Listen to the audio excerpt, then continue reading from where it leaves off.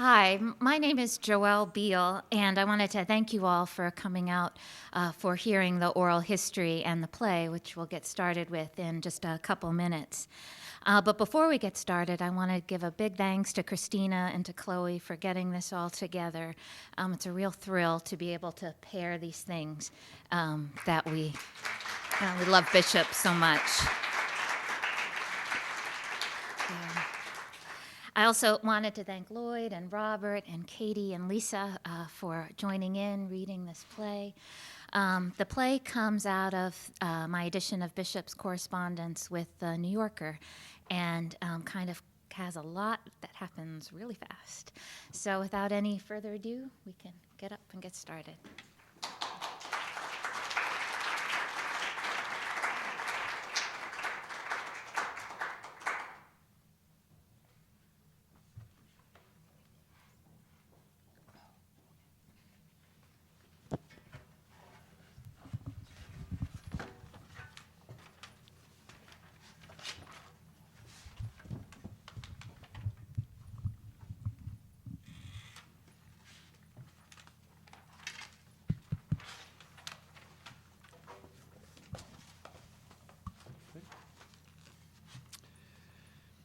From 1934 to 1979, Elizabeth Bishop submitted dozens of poems, stories, and essays to The New Yorker.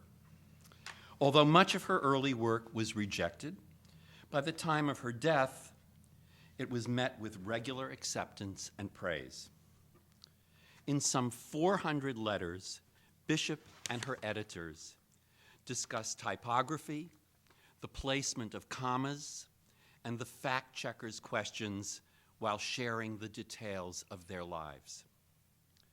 The friendships they developed sustained Bishop, but her relationship with the magazine strained when she attempted pieces that were more experimental or involved her sexuality or love for Lota de Macedo Suarez. Yet no matter how much she struggled with The New Yorker in private, she was grateful for her editor's insightful reading and steady support.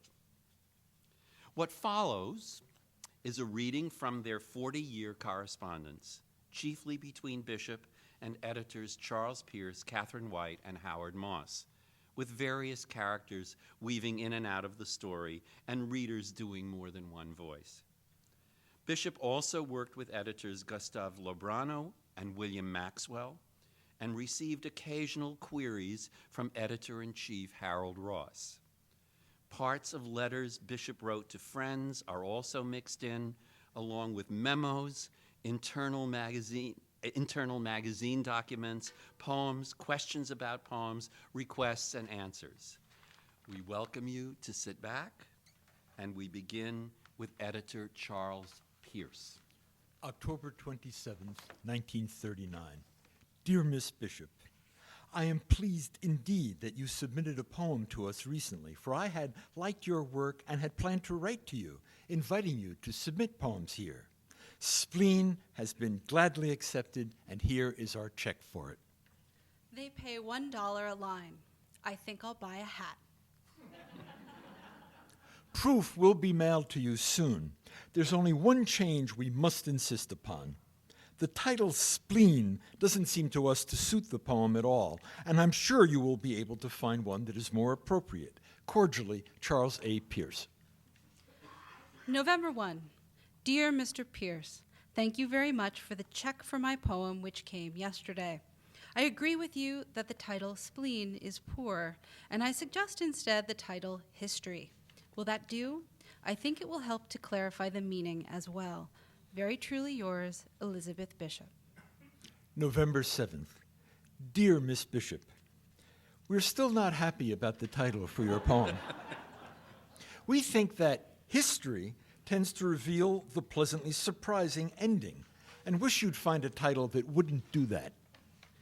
Those who know about such things tell me that some of your punctuation changes are most improper. And I gather that the only one that seemed entirely correct was the deletion of the comma in the second line of the last section. November 14th. Dear Mr. Pearce, I am sorry to have been so much trouble to you with my poem. I think, however, I have at last found a good title, Cirque d'Hiver, Winter Circus. Will that do? Thank you for correcting my punctuation. Cirque d'Hiver. Across the floor flits the mechanical toy, fit for a king of several centuries back. A little circus horse with real white hair.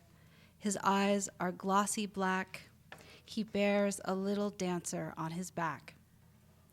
She stands upon her toes and turns and turns. A slanting spray of artificial roses is stitched across her skirt and tinsel bodice. Above her head, she poses another spray of artificial roses. His mane and tail are straight from Curico. He has a formal, melancholy soul. He feels her pink toes dangle toward his back along the little pole that pierces both her body and her soul and goes through his and reappears below, under his belly as a big tin key. He canters 3 steps, then he makes a bow, canters again, bows on one knee, canters, then clicks and stops and looks at me. The dancer, by this time, has turned her back. He is the more intelligent by far. Facing each other rather desperately, his eye is like a star. We stare and say, well, we have come this far. March 14th, 1940. Dear Miss Bishop, I am sorry indeed to report that Sunday morning has been voted down. After a good deal of discussion, it was decided that the poem was a little too remote for us, or rather that having printed at least 2 verses about Florida in the past 2 weeks, we couldn't go another. April 8th. Dear Miss Bishop, sorry to say letter to New York doesn't seem right to us. Thanks as ever for letting us see it. June 16th, 1942. Dear Miss Bishop, a very long time has gone by, it seems to us, since we've had the privilege and pleasure of seeing a new poem of yours. Our need for verse is greater than it has been for a long while, too, so that we'd be particularly grateful to see a manuscript of yours in the mail one of these fine mornings. Is there any hope of that? I simply can't understand the New Yorker. Or yes, perhaps I can. They want all New Yorker poetry to sound like New Yorker poetry, and on and on. April 14th, 1944. Dear Miss Bishop, you must know by this time how anxious we are to have a poem of yours in the New Yorker again, but large bad picture doesn't seem quite to work out for us. Please be forgiving and send us something else soon. With a string of rejections, Bishop decided later to submit her story, The Housekeeper, under another name. It was accepted. In 1945, she won the Houghton Mifflin Poetry Award for her first book of poems, North and South. New Yorker editor Katharine White was judge. Enthusiastic about Bishop's poetry, White, wife of E.B. Andy White, offered Bishop a first reading contract. Bishop agreed and regularly sent poems to White from Key West, Saratoga Springs, and Washington, D.C., where she served as the poetry consultant at the Library of Congress. June 14th, 1945.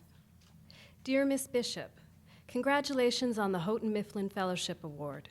It was a deep satisfaction to me that your book won by a unanimous vote, and I want to tell you how much pleasure and excitement the book gave me. It is a distinguished volume, and I am lucky to have had the chance to vote for it. For a while there as a judge, I was rather gloomy, but the horizon lightened when your manuscript turned up. Switching from my role as judge, one I never felt quite at ease in or suited for, to the more familiar one of being an editor of The New Yorker, I want to ask whether you would not care to send to the New Yorker any hitherto unpublished poems from your Houghton Mifflin book. As you know from my letter of last winter, the New Yorker has been hoping for contributions from you. Sincerely yours, Katharine S. White. August 14th. Dear Mrs. White, thank you for your kind letter. I am enclosing a poem that perhaps you might like. August 31st. Dear Miss Bishop, we were delighted to receive Large Bad Picture. We like it very much, but have a few queries. The last two lines of stanza 6 have bothered some readers who do not understand what you mean here. I take it you're referring to the many seals of the Labrador coast, but perhaps you could work out a way to say this which won't stop anyone. Mr. Ross hopes you can name the animal, says he didn't realize there were large aquatic animals on the northern coasts. All this may sound too literal by far, but I do hope you may want to reconsider the stanza as a whole. The poem is so good, and so humorous too, that it would be good to have it clear to all. However, if you cherish the stanza as now worded, just say so, and we'll reconsider the queries. If you decide against any revision at all, will you send the poem back to Mr. Lebrano so that we may have another chance at it? I will be away on holiday. I'd be rather grateful if you would. I hope that this is just the first of many more poems to come to us from you. September 10th. Dear Mr. Lebrano, Mrs. White asked about the large aquatic animals. I am trying to describe a picture and the sounds are imaginary, just for effect. There are no animals in it. Although if there were, they might perfectly well be something inappropriate. I hope this will be satisfactory to you. September 27th. Dear Miss Bishop, I'm very pleased to be able to report that we've put through Large Bad Picture.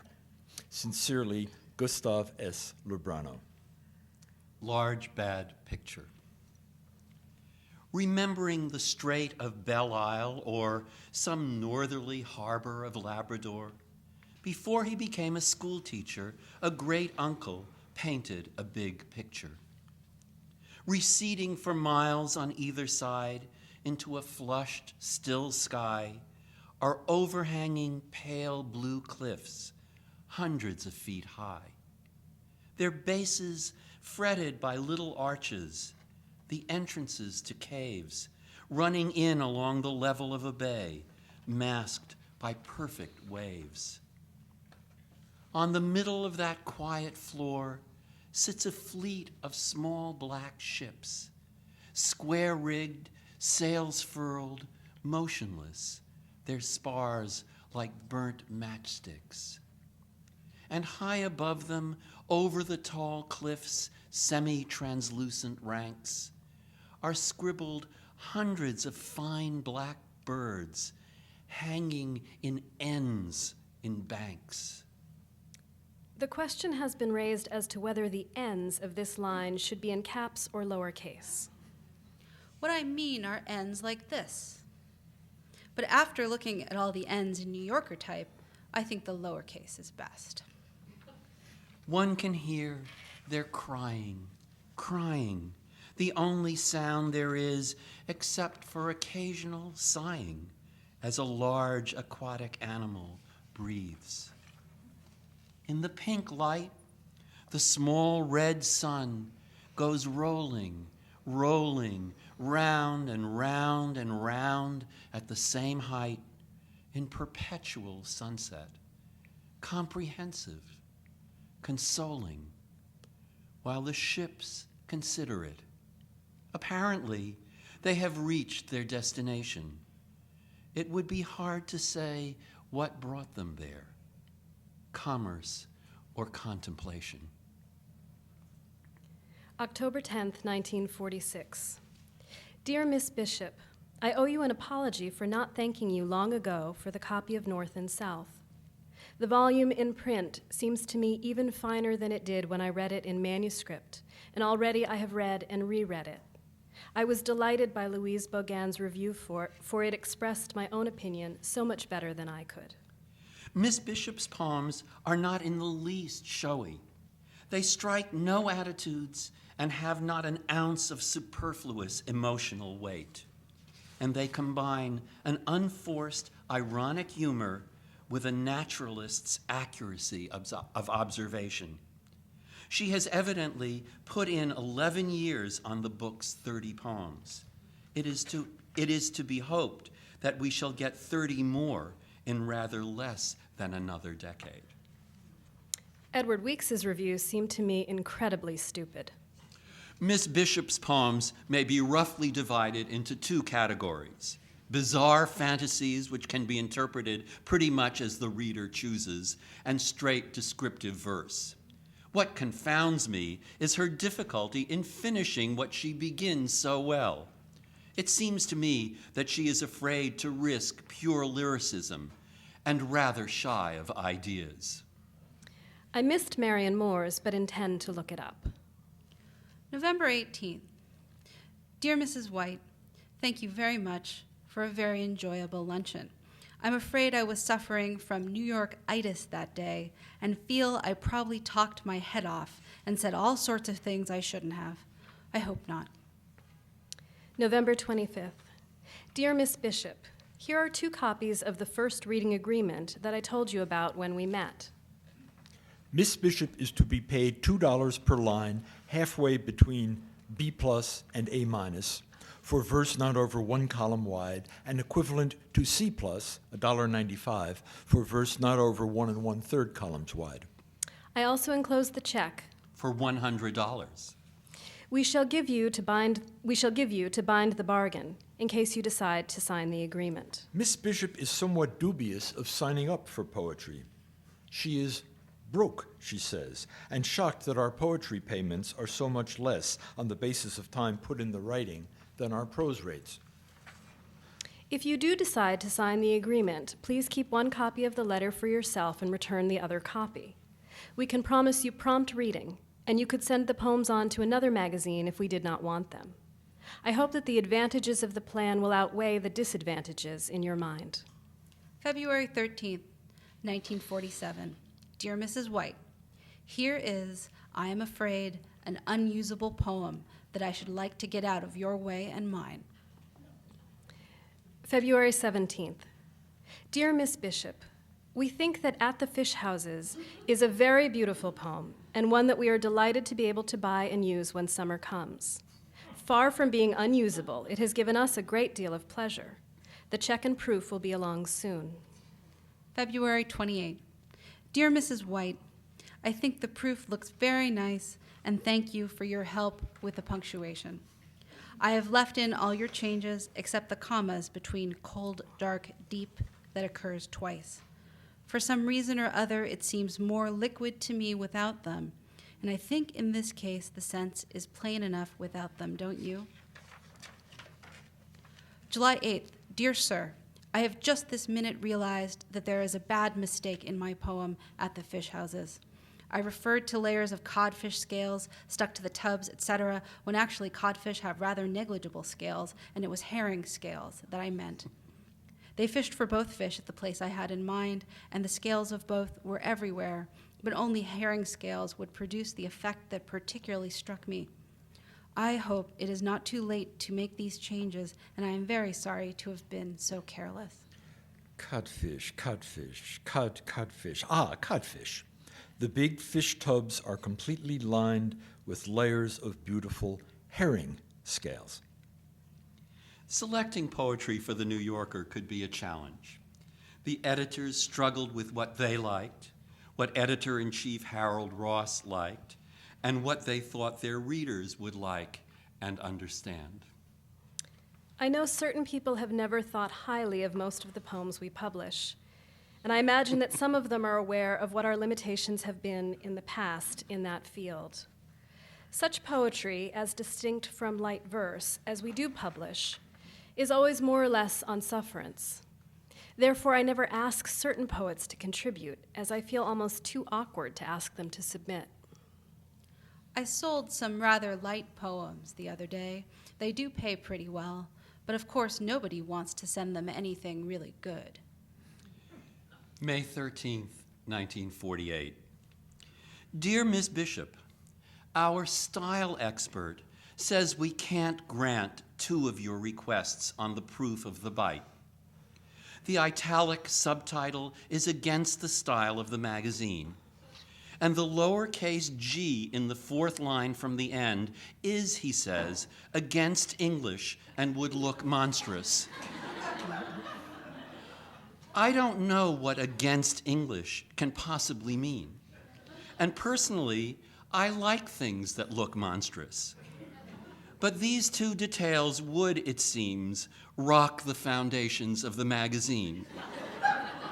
And I hope you won't mind our leaving them the way they are. Cordially yours, William Maxwell. November 1st, 1950.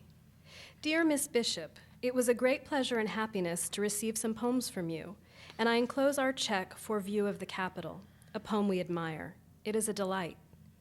On the other hand, I must reluctantly return Little Exercise. The final feeling is that the poem perhaps belongs in another publication, and that it would not be fair to ask you to change it so that it would be easy to comprehend. November 3rd. Dear Mrs. White, I'm so glad you liked the little poem about the Capitol. I must tell you, only please don't repeat it, that I think I wrote it because the assistant there once told me that the library had always been disappointed because none of the consultants had ever been inspired to write about the library. Of course, this is scarcely what they had in mind, but I have a more serious one underway, which will disappoint them even more, I'm afraid. I think it would be nice if you called me Elizabeth.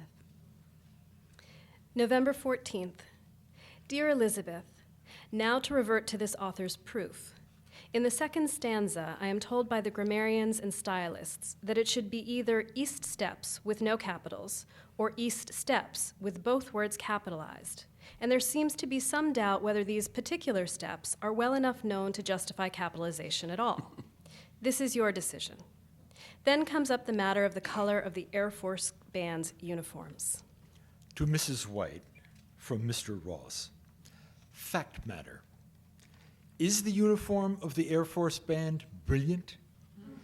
Mr. Hobart, old Air Force man, says they were dull blue in his day, as he recalls, sort of a postman's blue. I contend that they must have looked a brilliant blue to you, and if so, that you should be allowed your brilliant. But I did think you ought to know they are actually a gray blue, in case you'd forgotten it. November 16. Dear Mrs. White, or Katharine, about the Air Force Band's uniforms. I know the regular Air Force blue color, but once they came and played right in the library, and it struck me they looked a different blue and awfully bright. But I'm probably wrong, and it may have been just the general effect of all that marble and those potted palms. View of the Capitol from the Library of Congress. Moving from left to left, the light is heavy on the dome and coarse. One small lunette turns it aside and blankly stares off to the side like a big, white, old, wall-eyed horse. On the east steps, the Air Force Band, in uniforms of Air Force blue, is playing hard and loud, but queer, the music doesn't quite come through. It comes in snatches, dim, then keen, then mute, and yet there is no breeze. The giant trees stand in between. I think the trees must intervene. Catching the music in their leaves like gold dust, each big leaf sags unceasingly. The little flags feed their limp stripes into the air, and the band's efforts vanish there. Great shades, edge over, give the music room.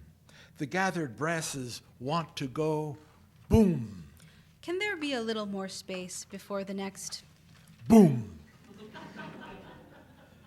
In November 1951, Bishop began what she thought would be a trip around the world.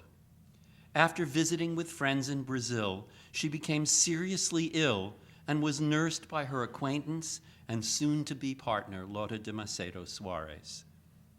The daughter of a prominent Brazilian family, Lota had an intense interest in the arts, particularly architecture, and in urban design and planning. They began an intense and sometimes tumultuous love affair that lasted the next 16 years. After sending a few poems to White, Bishop began working on her stories, Gwendolen and In the Village, which she submitted 3 times before it saw publication. January 19, 1952. Dear Katharine, the reason I have sent absolutely nothing along is that I have had a terrific, almost tropical, attack of a mysterious allergy starting just before Christmas and stopping today. The doctor thinks it may have been from 2 unpleasant bites I took of cashew fruit, since that's the only thing I had to eat that I'd never eaten before. Anyway, I swelled and swelled, my head did, beyond belief until I looked like something for carnival and was absolutely blind. Then my hand swelled so I couldn't write or even type until a day ago or so ago, but I've started to work again and hope to be able to send you several things. In spite of my appalling looks and sensations, I've been having an awfully good time. The people are also nice and absolutely crazy about sickness, remedies, etc., and all the friends and relations come to hug you and kiss you tenderly, even if you are looking like a pumpkin. Perhaps it's a good way to get to know a country. March 31st. Dear Elizabeth, it was good to hear from you and know that you are better of that horrible allergy and well enough to be writing again. Maine is still wintry and very gray and raw. A huge drift of snow still covers our front hedge and is head high at our entrance gate. But spring has begun in the barn, and Irwin, the pet gosling whom you may remember, has just laid 2 eggs, and so has had to be renamed Winnie. But Andy and I still call him he. He is very comical still and laid these 2 eggs on top of another goose's nest of 5 eggs, after building the nest up with piles and piles of hay into a sort of skyscraper. September 12. Dear Katharine, I received the weekly batch of mail yesterday, and I was awfully glad to hear from you, but so sorry about your news. Hepatitis? Good heavens, it sounds almost Brazilian. But jaundice is so horrible, and nausea is no fun, no matter what Sartre says. Ganders often seem to turn out to be geese, don't they? A neighbor just had the same problem, with both of the geese laying eggs at a great rate. He also has trouble with opossums infesting his palm trees, which seems very strange to me.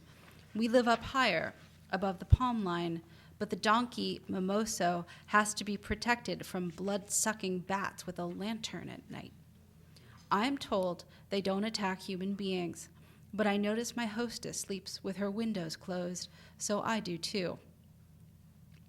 October 10. Dear Katharine, here is another story, Gwendolen, and still none of those things I had planned to do first. I'm afraid this one and In the Village will be either too gloomy or too impressionistic for you. Also, I'm a little embarrassed about having to go to Brazil to experience total recall about Nova Scotia. Geography must be more mysterious than we think. Theory and Practice of Editing New Yorker Articles by Walcott Gibbs. It is impossible to lay down any exact and complete formula for bringing order out of the underbrush, but here are a few general rules. 1. Writers always use too many damn adverbs. On one page recently, I found 11 modifying the verb said. He said morosely, violently, eloquently, so on. It is impossible for a character to go through all these emotional states one after the other. Lon Chaney might be able to do it, but he is dead. October 13th. Dear Elizabeth, we admire Gwendolen and want to buy it. There's only one major problem, and I thought I ought to consult you before we put the story into type and paid for it. The problem is the episode about the soiled drawers, which we don't think we can use as it stands. It is unpleasant, I'm afraid, in spite of being true, and there is a very strong feeling here against our running such a passage. 2. Mr. Hobart has a long list of banned words beginning with gadget, including vague, a little, oddly enough, pretty, innards, and any adjective ending in ish. Ask him. To all editors, from Mr. Ross. I think the word fabulous should be regarded with great suspicion.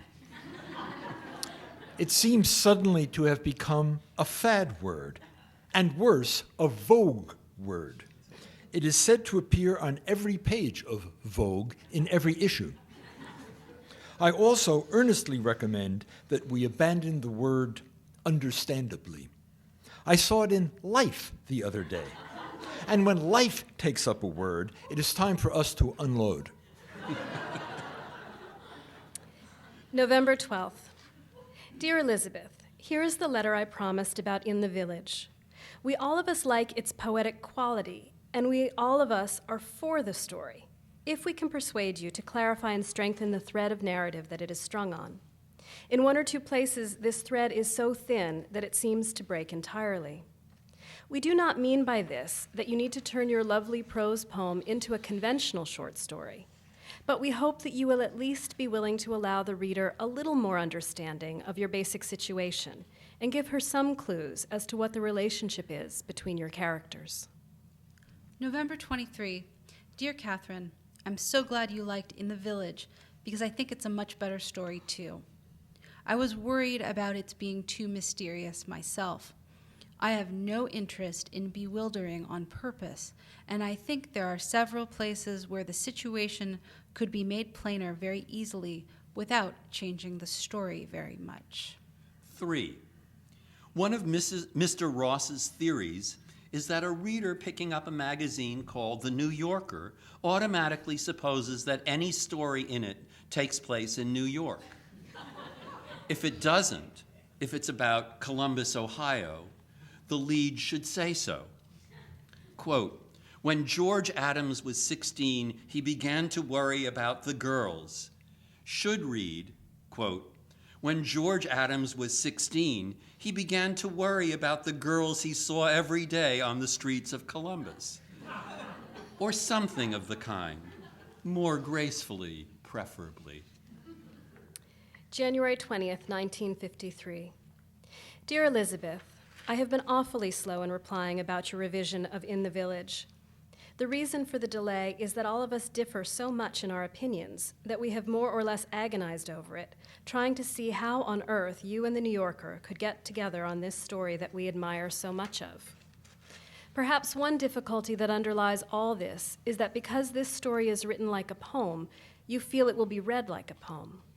But poems are not usually 26 pages long, and though a reader is quite willing to read and reread a poem that is elusive and finally get to understand it, he is not so willing to reread a very long story. Instead, he just gives up after one reading, feeling vaguely dissatisfied. Anyway, do please let me know your final thoughts about the piece, even if you are utterly at variance with us and annoyed too. They really do want it, but I refuse to put in enough he saids and she saids, and it was 4 p.m., a very hot summer, August 16, 1917, Great Village, Nova Scotia, and my father's name was William Thomas Bishop's. The idea underneath it all seems to be that the New Yorker reader must never have to pause to think for a single second, be informed and re-informed comfortingly all the time, like newspaper writing a little. But then if one does attempt to publish there, I guess one has no earthly right to complain. June 18. Dear Catherine, I am up to my neck in typing and hope to send you some things by a friend who will take them to the post office in Rio. It is such a job to mail things here. The stamps have no glue, or not enough, and you have to stand in line at a glue machine and get all covered with it if you trust the stamps to begin with. If you don't trust the stamps, you have to go to the central office where there is a stamping machine, and in any case, you have to go to one of the few post offices since the mailboxes are never collected, haven't been for years. If you do receive this, it is an earnest of more. I never used that expression before, and I don't think I like it, but I also rather doubt you'll be able to use this short poem. The Shampoo. The shooting stars in your black hair, in bright formation, are flocking where? So straight, so soon? 4. Drunkenness and adultery present problems. As far as I can tell, writers must not be allowed to imply that they admire either of these things or have enjoyed them personally. The New Yorker cannot endorse adultery.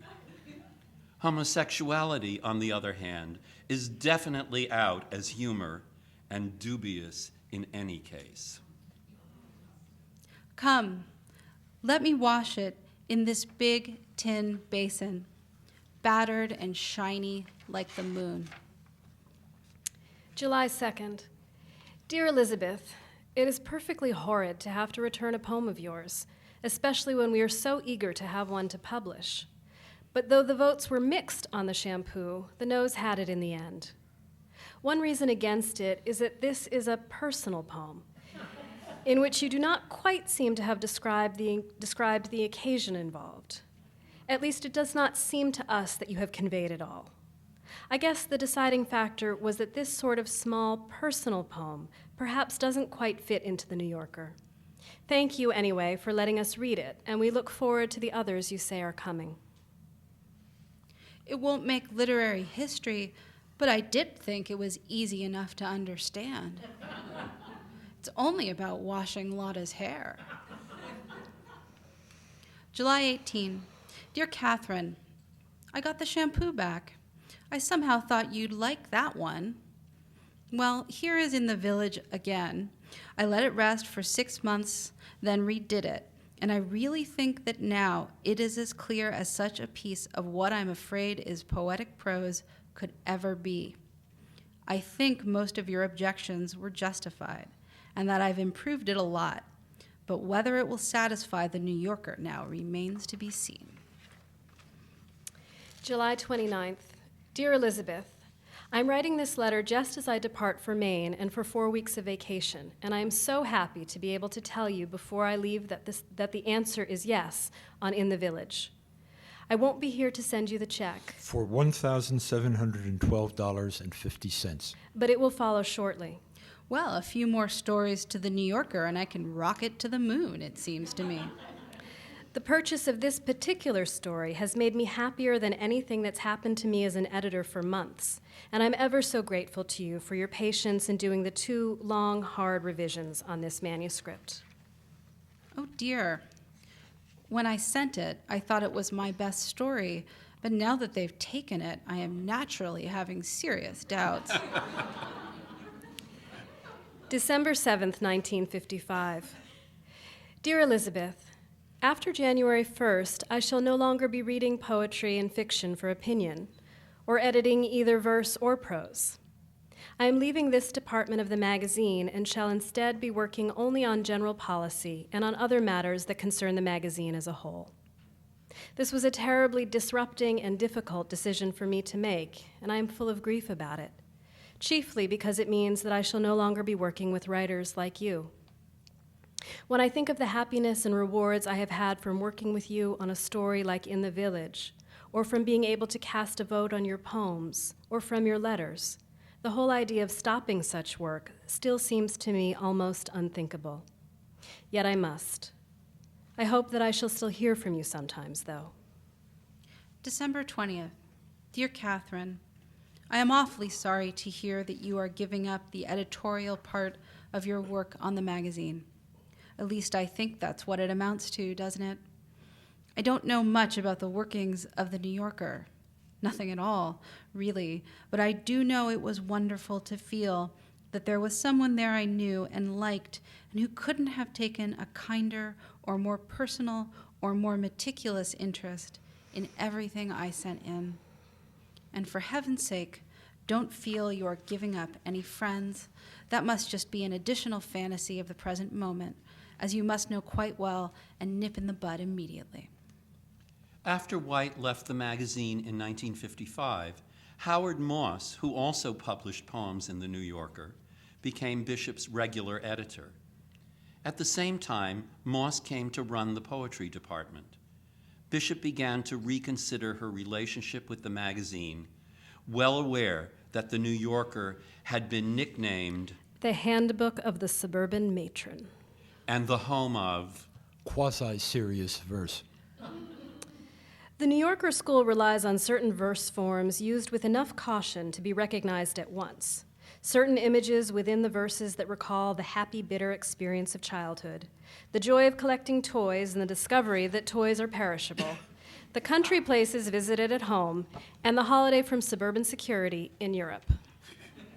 They do take some rather unlikely things sometimes, though. October 29, 1958. Dear Howard, I owe you 2 letters, and I am very ashamed. Lota and I enjoyed your first longer one so much, and then I meant to write immediately when I got the second one a week or so ago. But I have a poem just on the brink, and I thought I'd be sending it along too. My brinkmanship doesn't seem to be so good, and I think I had better write you a note anyway. January 26, 1961. Dear Elizabeth, new poems from you would be a delight. It is still 5 degrees here, the coldest I remember. Still, we'd rather have the iceberg than the ship. Yours, Howard. The New Yorker rejected my poem about the city of Washington from Trollope's journal, as I thought they might. I think they feared offending their Republican readers and thought I was attacking Eisenhower, which I was, more or less. February 11th, 1964. Dear Elizabeth, I still dream of arriving in Rio in a white linen suit off one of the Moore McCormicks, 20 years younger and 10 pounds lighter. The facts are against me. October 15th. Dear Howard, here are 2 poems, The Sandpiper and First Death in Nova Scotia. If the death one is too grim for you, perhaps you could send it to Philip Rov at the Partisan Review for me? to Elizabeth Bishop from Philip Rov. Your writing is better than ever, and I do wish you'd liberate some of them from the New Yorker's grasp and send them to us. October 31st. Dear Elizabeth, how wonderful to get this poem. We are taking it, of course, and dying for more. First Death in Nova Scotia. In the cold, cold parlor. A comma needs to go between cold and cold. Punctuation is my Waterloo. I must get a book on the subject. In the cold, cold parlor. My mother laid out Arthur beneath the chromograph, semicolon. Edward, Prince of Wales, with Princess Alexandra, and King George with Queen Mary, period. I get so depressed with every issue of poetry, The New Yorker, etc. This one I am swearing off of, except for prose, forever, I hope. So much adequate poetry, all sounding just alike and so boring. Or am I growing frizzled, small, and stale, or however one puts it? There seems to be too much of everything. Too much painting, too much poetry, too many novels, and much too much money, I suppose, although I certainly welcomed mine, and no one really feeling anything much. December 14. Dear Elizabeth, a Merry Christmas and a Happy New Year to you and Lota. If they have Happy New Years in Brazil. On my one New Year outside the USA, in Bermuda, no one seemed to care. They were celebrating something else, like Boxing Day, or Guy Fawkes's Retreat, or Mother over Greenland Day, or something. A new poem from you would make me forget a lot of horrors. November 11th, 1965. Dear Howard, I think all my friends have to visit me and Lota sooner or later so they can really understand how very far away Brazil is. The mails have been getting very bad lately, and the post office very dreamy and absent-minded. If I tried to mail more than 3 letters at a time, the postmaster would sigh heavily and ask if I really wanted to send them airmail or register them, because it would cost a great deal. But this is one of the things I like here, the dreadful salesmanship, or none at all. Bishop began spending time away from Lota after Lota came to oversee the development of Rio's new beachfront park, Parque do Flamengo. The job required long periods of Lota's absence that fed Bishop's difficulty with being alone. Their relationship underwent a great deal of stress. On September 19, 1967, Lota arrived in Greenwich Village for a visit. That night, she took an overdose of Valium. When Bishop found her, she had Lota rushed to the hospital. Lota died in a coma the evening of September 25th. I had at least 13 years with Lota, the happiest of my life. I am just trying not to blame myself for all the wrong things I know I did. I heard her in the kitchen about 6:30. She was already unconscious. Why did I sleep so soundly? Why? I can't help thinking I might have saved her. I go over and over that Sunday afternoon, but honestly can't think of anything I did especially wrong, except that I have done many wrong things in my life. Please try to keep on loving me in spite of them, won't you? January 19, 1968. Dear Elizabeth, I thought of you often, very, when you were in Brazil, not even contemplating what horrors might have awaited in each packing box and every closet. I think you've been really brave in the face of a situation that many people would simply collapse under. And since you have always had my undying admiration, you now have that part of it that is immortal too. I'll be waiting for new poems, as I always do. San Francisco should be full of things the color of turned down gas, or, if you listen closely, and were Baudelaire, marimba music. June 15. Dear Howard, I seem to be working again at last after 3 years and hope to send you a whole batch of things. Meanwhile, here's one I think I once spoke of in the waiting room. It cheats a bit, and so you may not want it for your super honest weekly. When I was in New York, I went and looked up the National Geographic for this date, and strange to say, I had actually remembered it for 52 years. It is all about the Valley of 10,000 Smokes. If you do want it, however, I doubt very much that anyone else would look up the date except a junior English major. Well, maybe you won't even like it. From fact-checking to legal.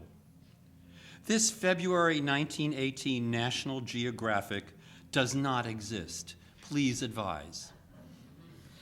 From legal to checking. In this particular instance, we do not believe that the fictitious National Geographic matters. Stet. May 26, 1972. Every poem of yours brightens the day for me. Like Beethoven's father, I'd simply put you in a room and make you work all the time if I could. Of course, I wouldn't be that strict. A little gin, a few sandwiches. June 22nd, 1974. Dear Howard, I saw your poem about Fifth Avenue in the last New Yorker. It certainly made me feel old. Do you remember when dining at the Brevoort was a great treat? And I used to stay at the, just up the street, huge, nice rooms, now a hostel or a dormitory for delinquent women or something. Oh, the Grosvenor. June 26. Dear Elizabeth, since we plan to run this now, in the July 15th issue, I thought I'd ignore your warning about the Brazilian males and send this proof of the moose down to you, no matter what, since there are a few tiny decisions to make that you would ordinarily like, I know, to be in on.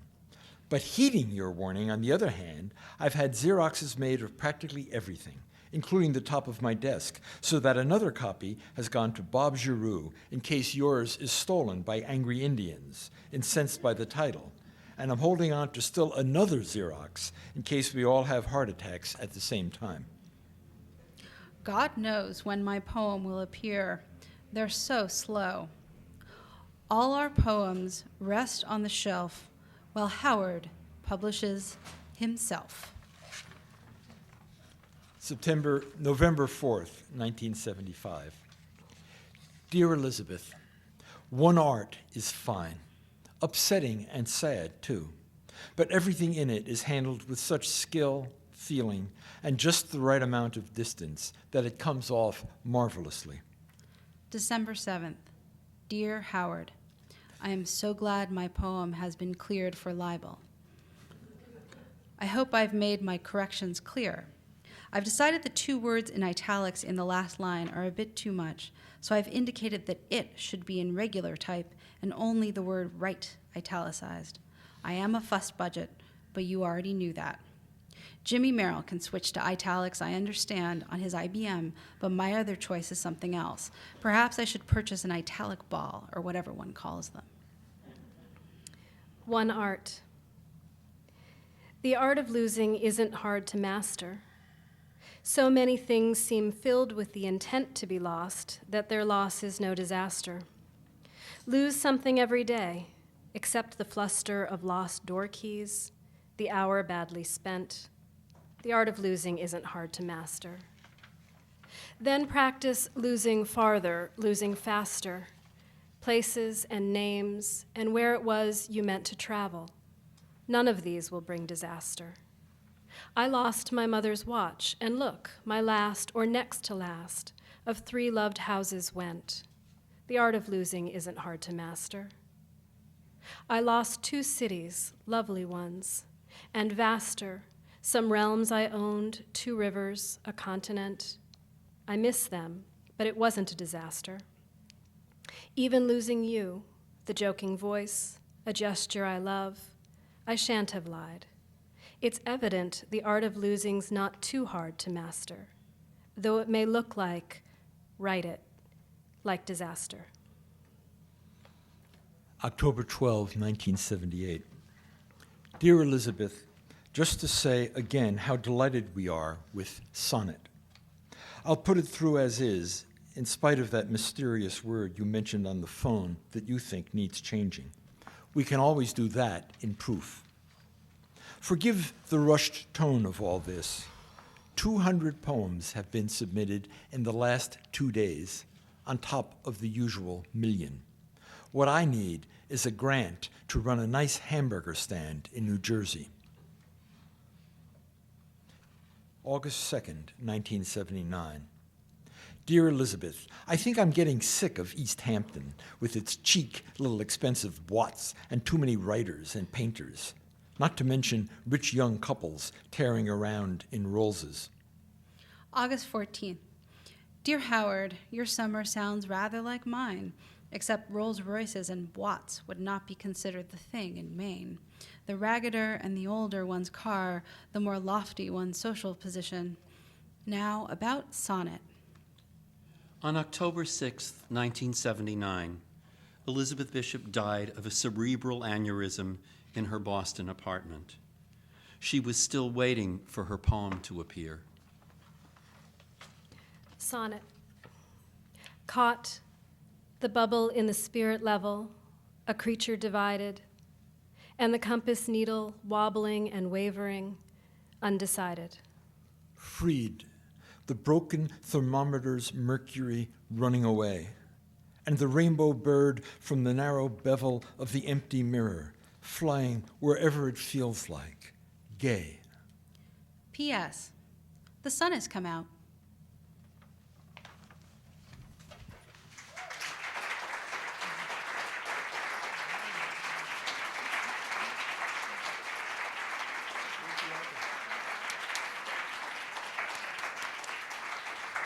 Very good.